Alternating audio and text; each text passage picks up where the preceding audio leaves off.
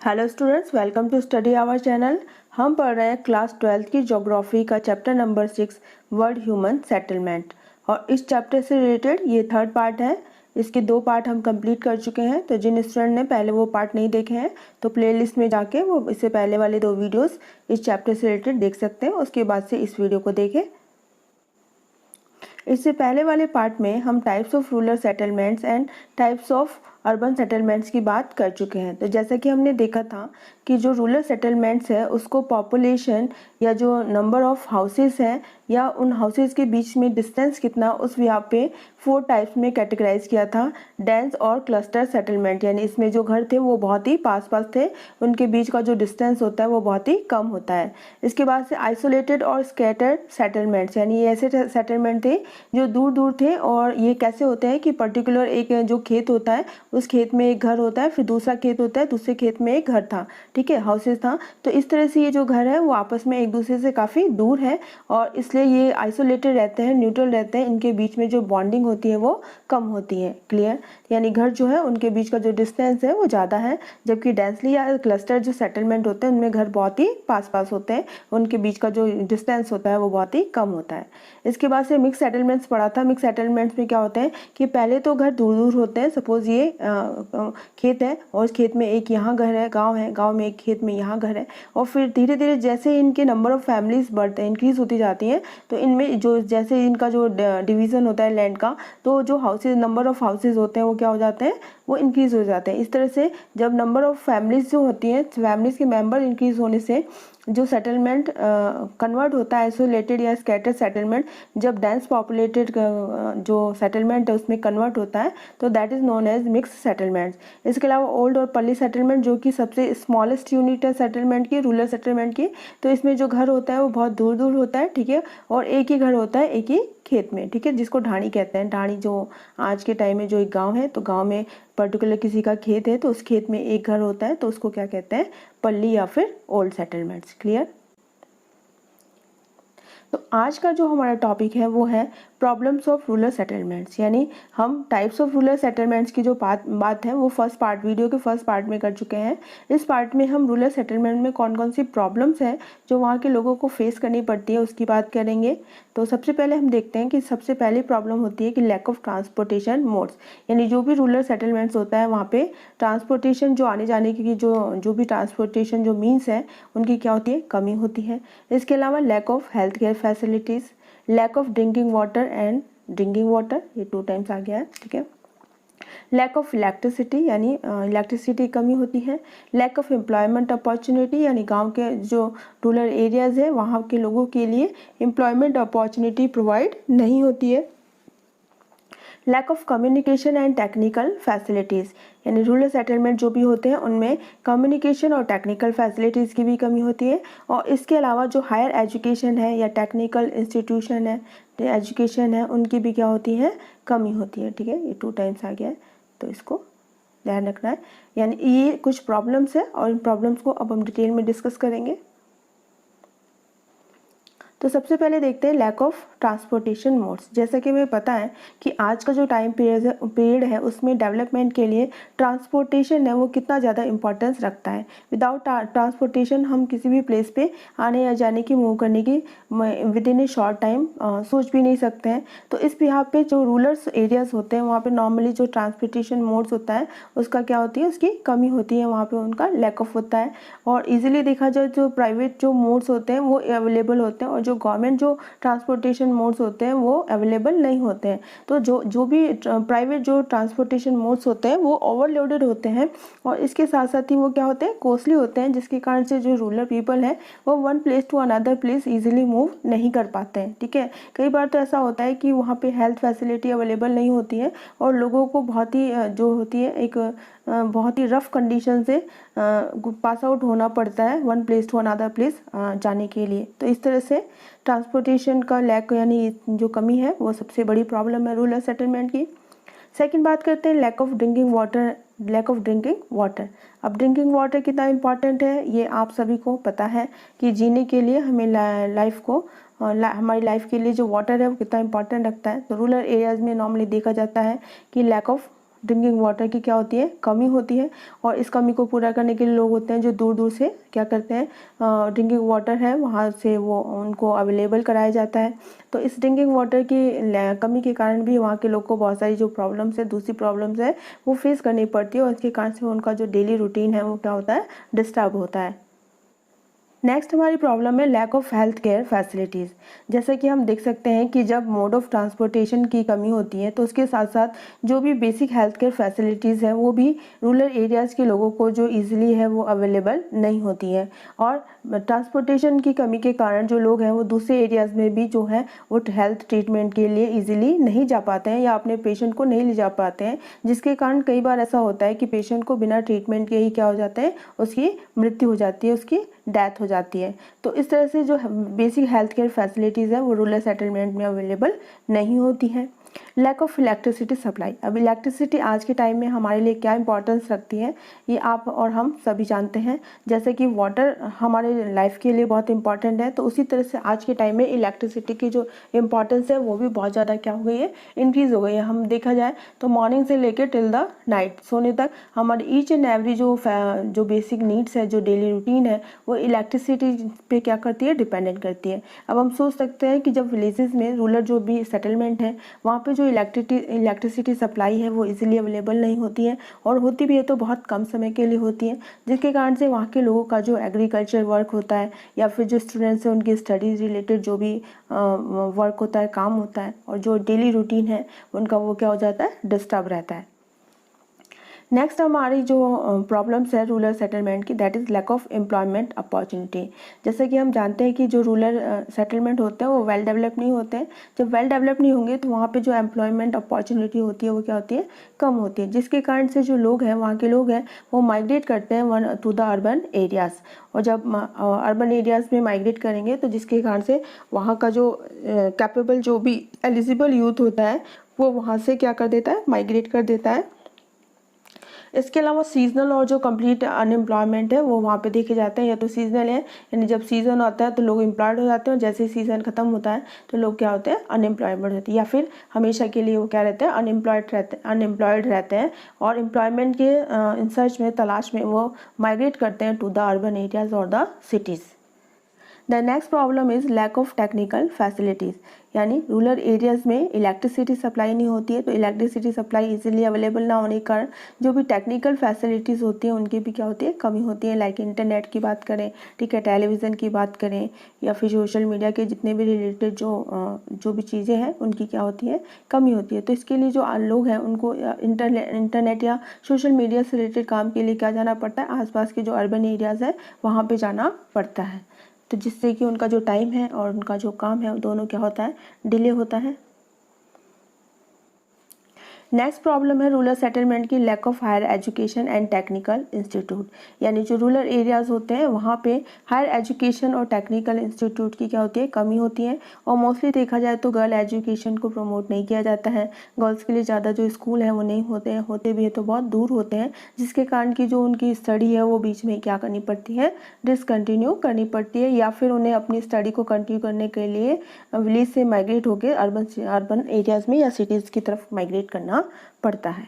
तो ये थे हमारे प्रॉब्लम्स ऑफ रूरल सेटलमेंट। अब हम बात करेंगे कि जो अर्बन सेटलमेंट होते हैं उसके क्लासिफिकेशन और उसका कैरेक्टरिस्टिक क्या है। तो क्लासिफिकेशन की जो बात है वो इससे फर्स्ट पार्ट वाले वीडियो में हम कर चुके हैं कि जो भी हमारी सिटीज़ हैं या अर्बन एरियाज़ हैं उनको size of population, administrative structure या ऑक्यूपेशन स्ट्रक्चर या सोशल फैक्टर्स के बिहाफ पे 4 पार्ट्स में कैटेगराइज किया था। सिटी सेटलमेंट था, मेट्रोपॉलिटन था, फिर कॉनअर्बेशन था, और उसके बाद से मेगालोपोलिस और मेगा पॉलिस थे, ठीक है। तो अब हम बात करेंगे कि जो अर्बन जो हमारे सेटलमेंट्स हैं उनके कैरेक्टरिस्टिक क्या हैं, उनके जो स्पेशल फीचर्स हैं वो क्या क्या है, यानी कौन कौन सी चीज़ें हैं वो ईजिली वहाँ पे अवेलेबल होती हैं। तो टॉपिक है हमारा next characteristics of urban settlement की। जो अर्बन सेटलमेंट्स हैं उनमें कौन कौन से करेक्टरिस्टिक्स हैं, उनके स्पेशल फीचर्स क्या हैं। तो सबसे पहले बात करें कि pattern of high population density, यानी यहाँ की जो डेंसिटी होती है वो क्या होती है, हाई होती है, यानी जो लोग हैं वो पर स्क्वायर किलोमीटर में इन्हें लार्ज नंबर में रहते हैं। इसके बाद रैपिड मोबिलिटी, यानी जो अर्बन जो सेटलमेंट्स हैं उनका जो एरिया है और जो साइज़ है और डेंसिटी है और नंबर ऑफ पॉपुलेशन है वो रैपिडली क्या होता है, चेंज होता रहता है। इसके अलावा अलावा पैटर्न ऑफ पक्का रोड्स एंड पक्का हाउसेज, जो भी अर्बन सेटलमेंट्स होते हैं वहाँ पे हमें पक्के रोड्स और पक्के जो घर हैं वो देखने को ज़्यादा मिलते हैं। यानी रूरल एरियाज़ में जो रोड्स होती हैं वो कच्ची होती हैं और घर भी मोस्टली कच्चे पाए जाते हैं, जबकि अर्बन एरियाज़ होते हैं वहाँ के घर कैसे होते हैं, पक्के, और रोड्स भी पक्की होती हैं। ठीक है, नेक्स्ट है availability of employment and plenty of employment, यानी जो एम्प्लॉयमेंट होता है वो अवेलेबल होता है इजीली, यानी नंबर ऑफ पॉपुलेशन के अकॉर्डिंग जो एम्प्लॉयमेंट अपॉर्चुनिटी होती है वो वेरी हाई होती है। इसके अलावा प्लेंटी ऑफ एम्प्लॉयमेंट, यानी जो एम्प्लॉयमेंट होता है वो बहुत ही लार्ज अमाउंट में अवेलेबल होता है, लोग ज़्यादा से ज़्यादा जो है वो अनएम्प्लॉयड नहीं होते हैं। ठीक है, ये पक्का हाउसेज से पक्का रोड रिपीट हो चुका है, तो इसको देख लीजिएगा। More availability of private and public modes of transport, जैसा कि हमने देखा कि रूरल जो सेटलमेंट थे वहाँ पे जो प्राइवेट जो ट्रांसपोर्ट या जो भी ट्रांसपोर्टेशन मोड्स है उसकी कमी होती है, जबकि अर्बन सेटलमेंट्स में प्राइवेट और पब्लिक यानी दोनों ही तरह का जो मोड ऑफ ट्रांसपोर्ट है वो इजीली अवेलेबल होता है, ताकि लोग हैं वो इजीली और within a short time period one place to another place easily move कर पाते हैं। ठीक है, availability of pattern of higher education and health care, इसके साथ ही जो भी अर्बन सेटलमेंट्स होते हैं वहाँ पे हायर एजुकेशन की फैसिलिटीज़ इजीली अवेलेबल होती हैं। इसके अलावा जो हेल्थ केयर फैसिलिटीज़ होती हैं वो भी अवेलेबल होती हैं। ठीक है, हॉस्पिटल्स होते हैं, मेडिकल फैसिलिटीज़ होती हैं और इजीली अवेलेबल होती है, एम्बुलेंस होती हैं। ठीक है, मोड ऑफ ट्रांसपोर्ट जो कि पब्लिक होता है, जो कि लोगों को ईजिली हेल्थ केयर जो सर्विस है या फैसिलिटीज़ है वो प्रोवाइड कराता है। इसके अलावा जो भी पॉपुलेशन होती है वो नॉन प्राइमरी एक्टिविटीज़ में क्या होती है, इंगेज होती है। ऐसा देखा जाता है कि जो अर्बन एरियाज़ है, अर्बन सेटलमेंट्स है, वहाँ के मोस्ट ऑफ द जो पॉपुलेशन है वो नॉन प्राइमरी एक्टिविटीज़ यानी जैसे सेकेंडरी, टर्शरी, ठीक है, उसके बाद से क्वार्टरनरी, क्विनरी, जो भी ये अदर टाइप्स ऑफ ऑक्यूपेशन है उनमें इन्वॉल्व रहते हैं, तो जिसके कारण से उनका जो वेजेस होता है वो भी क्या होता है, हाई होता है। Availability of pattern of the complex division of labour, ठीक है, इसके साथ साथ जो डिवीज़न ऑफ लेबर होता है उसका पैटर्न होता है, यानी हर लेवल के जो आपको लेबर हैं वो आपको देखने को मिल जाएंगे, हर तरह का एम्प्लॉयमेंट उन्हें अवेलेबल रहता है उनकी according to their quality, according to their education.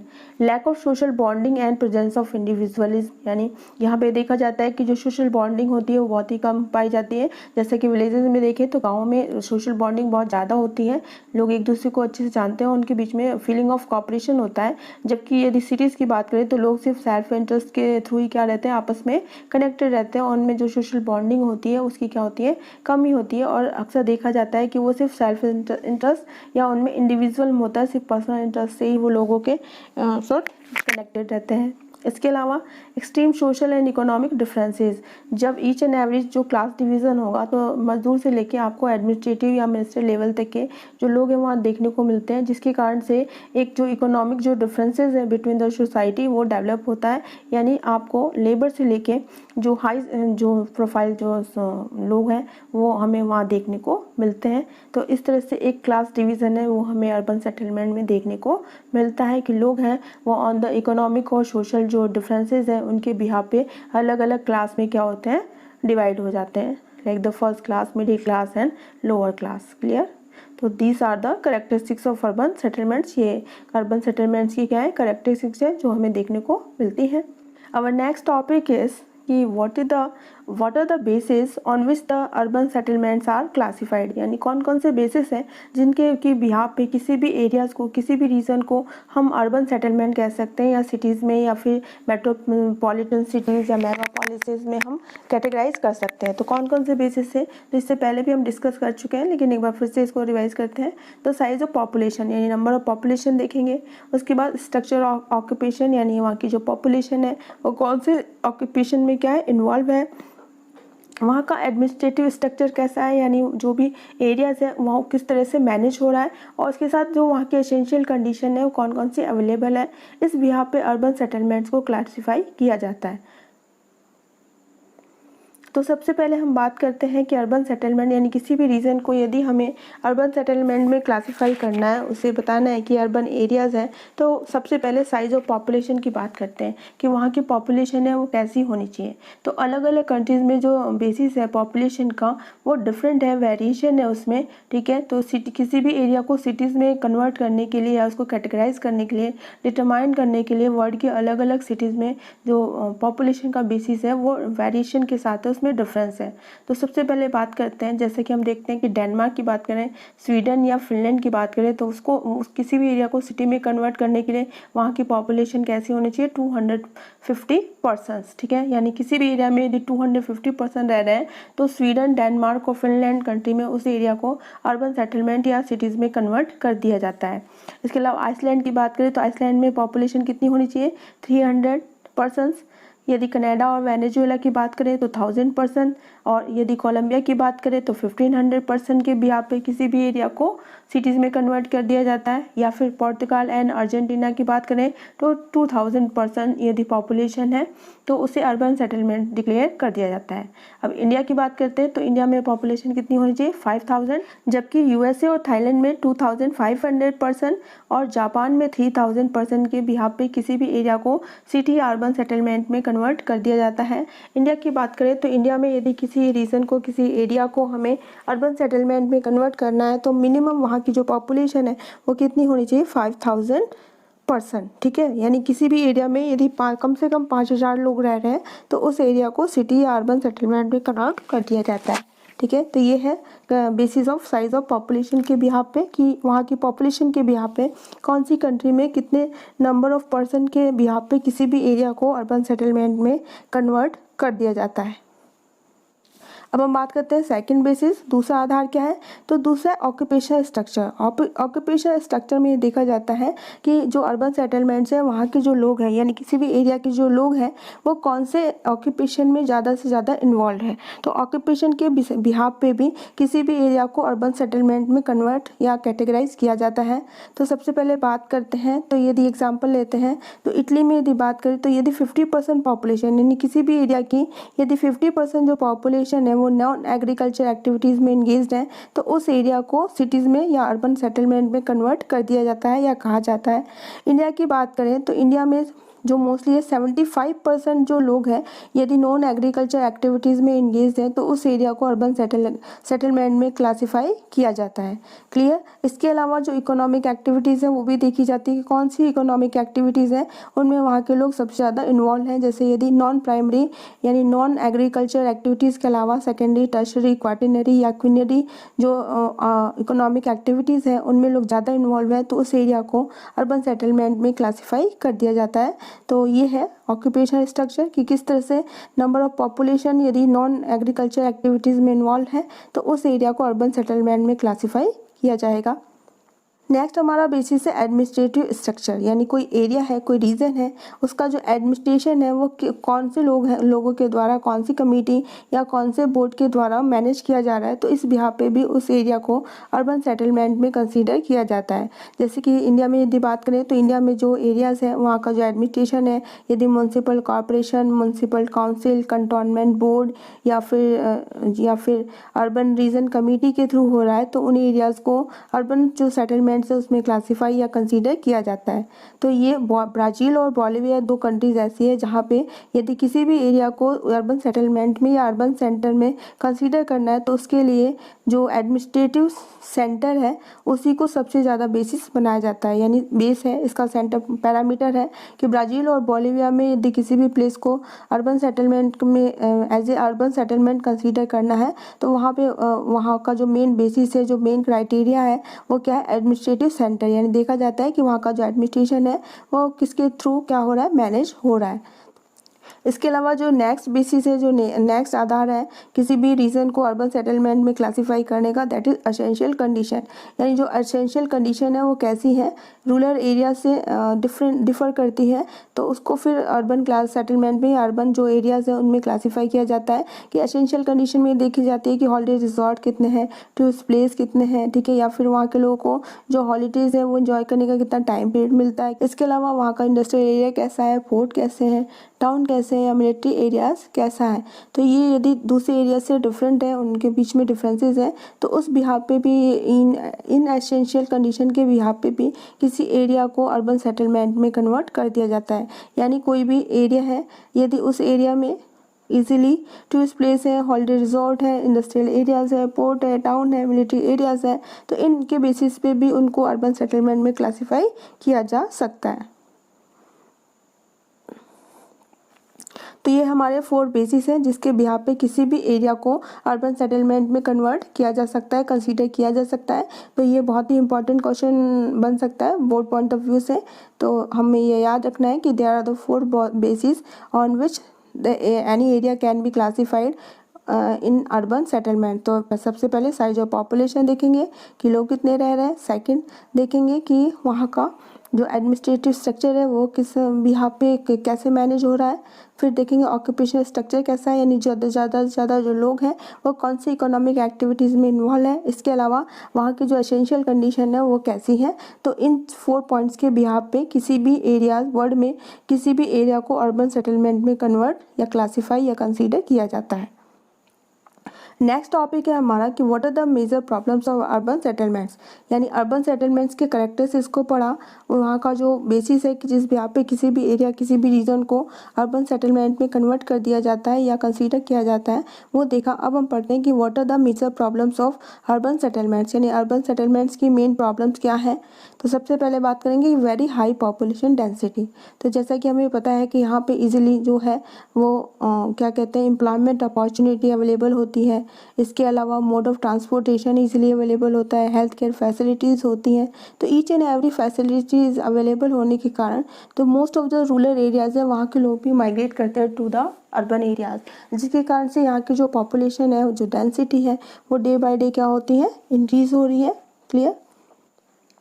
The next problem of urban settlement is ill effect of slums, यानी जैसे कि हम जानते हैं कि जो भी सिटीज़ होती हैं रेजिडेंशियल जो बिल्डिंग्स होती हैं या मेट्रोपॉलिटन सिटीज़ होती हैं लार्ज सिटी, उनके चारों तरफ एक जो स्मॉल डेंसिटी है वो डेवलप होती है लाइक ए स्लम, जिनको कि स्लम कहते हैं। और ये स्लम है वो धीरे धीरे रैपिडली क्या हो रहा है इंक्रीज़ हो रहा है।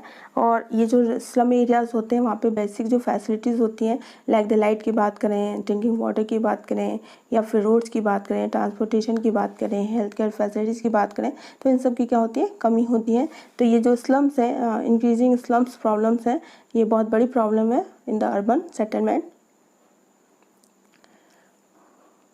तो नेक्स्ट प्रॉब्लम है एनवायरमेंटल पॉल्यूशन, यानी अर्बन जो सेटलमेंट्स हैं वहाँ का जो एनवायरनमेंट है वो बहुत ज़्यादा पॉल्यूटेड हो रहा है। जैसे कि हम आए दिन दिल्ली का देखते रहते हैं कि दिल्ली में आए दिन पॉल्यूशन इतना ज़्यादा इंक्रीज़ हो गया है कि जो हमारे वहाँ के सीएम है उन्हें इवन और जो मेथड है वो इम्प्लीमेंट करना पड़ रहा है, ठीक है, वहाँ के पॉल्यूशन लेवल को कम करने के लिए।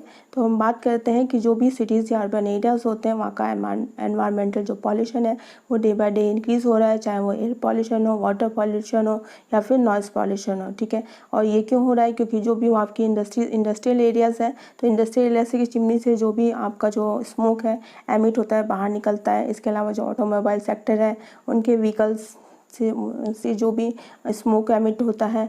और इसके अलावा जो ह्यूमन बींग्स हैं वो वाटर को क्या करते हैं पॉल्यूट करते हैं, एनिमल्स पॉल्यूट करते हैं। और ऐसा नहीं है पॉल्यूशन से खुद ह्यूमन बींग और एनिमल्स ही क्या हो रहे हैं अफेक्ट हो रहे हैं। तो इस तरह से जो अर्बन सिटीज़ हैं या अर्बन सेटलमेंट्स हैं उनका जो मेजर प्रॉब्लम्स है वो क्या है एनवायरमेंटल पॉल्यूशन। और इसके साथ ही वहाँ पे जो प्लांटेशन है उसकी क्या हो रही है कमी हो रही है। क्यों? क्योंकि जितना भी प्लांटेशन एरिया था उसको कन्वर्ट किया जा रहा है हाउसिंग या फिर इंडस्ट्रियल एरियाज़ के लिए, ठीक है। तो these are the major problems of the urban settlement. The next problem is high price of consumer product, ठीक है, कंज्यूमर प्रोडक्ट की हाई प्राइस होती है। अब हाई प्राइस क्यों होती है? जैसे कि हम देखते हैं कि बहुत सारे कंज्यूमर प्राइस हैं जो कि डेली यूज़ में हम यूज़ करते हैं, लाइक वेजिटेबल्स हैं, फूड ग्रेन्स हैं, फ्रूट्स हैं, मिल्क हैं, घी है, ठीक है। तो ये जो रूरल एरिया से कहाँ आते हैं अर्बन एरियाज़ में आते हैं, सिटीज़ में आते हैं, जिसके लिए कि उन्हें एडिशनल जो ट्रांसपोर्टेशन चार्जेस है या ब्रोकेज चार्जेस है वो या फिर उनका मार्जिन है प्रॉफिट है वो उसमें इंक्लूड करना पड़ता है, जिसके कारण से ये क्या हो जाते हैं कॉस्टली हो जाते हैं। तो इस तरह से जो अर्बन सेटलमेंट्स हैं उनको उन लोगों वहाँ के लोगों को जो नॉर्मल प्राइस की चीज़ें हैं वो भी बहुत ही हाई कॉस्ट पे क्या करनी पड़ती है कंज्यूम करनी पड़ती हैं।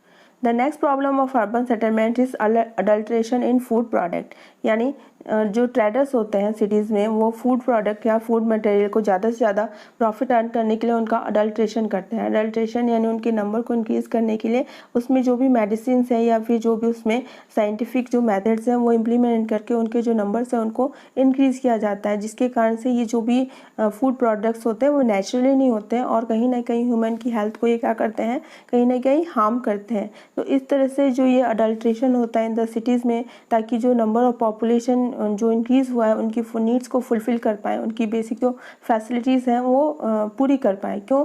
क्योंकि जो सिटीज़ होती हैं, जो अर्बन सेटलमेंट्स होते हैं, वहाँ की पॉपुलेशन या density day by day increase होती है, लेकिन वहाँ के जो अवेलेबल रिसोर्सेज़ हैं वो तो इंक्रीज़ नहीं हो रहे हैं। तो जो भी अवेलेबल रिसोर्सेज़ हैं उन्हीं में जो भी नंबर ऑफ़ पॉपुलेशन इंक्रीज़ हो रहा है, उनकी फैसिलिटीज़ को भी, उनकी जो फूड रिक्वायरमेंट है या बेसिक रिक्वायरमेंट्स है उनको भी फुलफ़िल करना पड़ता है, जिसके फ़ायदा है, जो बेनिफिट है वो ट्रेडर्स लोग हैं यूज़ करते हैं और वो फूड का क्या करते हैं, अडल्ट्रेशन करते हैं, यानी उनका जो हाइब्रिड है थ्रू द साइंटिफिक मेथड उसको इंक्रीज़ करते हैं। और कहीं ना कहीं ये जो साइंटिफिक मेथड जो यूज़ किए जाते हैं वो कहीं ना कहीं ह्यूमन बीइंग को क्या करते हैं, उनकी हेल्थ को, हमारी हेल्थ को अफेक्ट करते हैं। ठीक है, तो this is also a major problem. The next problem of urban settlement is growing crime. अब जैसा कि हम देखते हैं कि अर्बन एरियाज़ में जो लोग हैं वो in search of employment cities में आते हैं। तो जब सिटीज़ में आते हैं तो इसके कारण से वहाँ का जो सेक्स रेशो वो क्या होता है, मिसबैलेंस होता है। और जब सेक्स रेशो मिसबैलेंस होगा तो इसके कारण से बहुत सारे जो क्राइम है वो हमें अर्बन एरियाज़ में देखने को मिलते हैं। लाइक किडनैपिंग की बात करें, रेप की बात करें, मर्डर की बात करें। ठीक है, और इसके अलावा भी क्या होता है कि आजकल के टाइम में जो यंगेस्ट है, हमारा जो यूथ है, वो जल्दी से जल्दी रीच होना चाहता है और अपनी जो भी एक्स्ट्रा जो नीड्स है, एक्स्ट्रा जो उनकी ज़रूरतें हैं उसको फुलफ़िल करना चाहता है। और अपनी नीड्स को फुलफ़िल करने के लिए या जल्दी से अमीर बनने के लिए वो जो एंटी सोशल एलिमेंट्स हैं उनके कांटेक्ट में आता है, और जिसके कारण से जो क्राइम है वो अर्बन एरियाज़ में क्या होते हैं, इंक्रीज़ होते हैं। तो this is also a major problem in the urban settlement. The next problem of urban settlement is sharp socio-economic division and social non-cooperation। यानी जो अर्बन एरियाज़ हैं वहाँ पे लोगों के बीच में जो डिस्पैरिटी है, जो भी डिफरेंसेस हैं वो अवेलेबल है। ऑन ये डिफरेंसेस किस पे आप हैं, on the basis of resources, houses. ठीक है, तो जिसके कारण से उनमें एक सोशल और इकोनॉमिक डिवीज़न देखने को मिलता है। यानी कुछ तो एरियाज़ हैं जो बहुत ही ज़्यादा मेट्रोपॉलिटन सिटीज़ में है, और इसके साथ ही उसी मेट्रोपॉलिटन में आए दिन जगह जगह हमें स्लम्स एरिया भी देखने को मिलते हैं। तो इस तरह से जो अर्बन सेटलमेंट्स हैं या अर्बन एरियाज़ हैं उनमें सोशल इकोनॉमिक डिवीज़न है वो देखा जाता है। ठीक है, और इस सोशल इकोनॉमिक डिवीज़न के कारण लोगों के बीच में जो कॉपरेशन है, सोशल कॉपरेशन है, उसकी भी कमी होती है। लोग सिर्फ अपने इंटरेस्ट के लिए एक दूसरे से क्या रहते हैं, कनेक्टेड रहते हैं। तो इस तरह से लोगों के बीच में जो एक इंटीग्रिटी वाली फीलिंग है या फिर जो एक बॉन्डिंग है उसकी क्या होती है, कमी होती है। तो वीडियो के इस पार्ट में हमने 3 टॉपिक्स को कवर किया है: problems of rural settlements, problems of urban settlements and characteristics of urban settlements and what are the basis to classify the urban settlements. यानी रूरल सेटलमेंट्स की प्रॉब्लम्स कौन कौन सी हैं, अर्बन सेटलमेंट्स की प्रॉब्लम्स कौन कौन सी हैं, इसके अलावा अर्बन सेटलमेंट्स के कैरेक्टरिस्टिक्स क्या हैं, और अर्बन सेटलमेंट्स को किसी भी एरिया को किस बेसिस के बिहाफ पे अर्बन सेटलमेंट्स में क्लासीफाई किया जा सकता है। तो इस तरह से इस वीडियो में हमने इन 4 पार्ट्स को या 4 पॉइंट्स को कंप्लीट किया है। तो स्टूडेंट्स, ये है आज का हमारा टॉपिक। आई थिंक आपको ये टॉपिक अच्छे से समझ में आया होगा। फिर भी यदि इस टॉपिक से रिगार्डिंग आपकी कोई क्वेरीज हो, प्रॉब्लम्स हो या डाउट हो तो आप कमेंट सेक्शन बॉक्स में कमेंट करके मुझे बता सकते हैं। I will try to sort out your problems and if you like the video please like, share and subscribe. तो मिलते हैं हमारी नेक्स्ट ऑनलाइन क्लास में एक नए वीडियो के साथ। Thank you very much.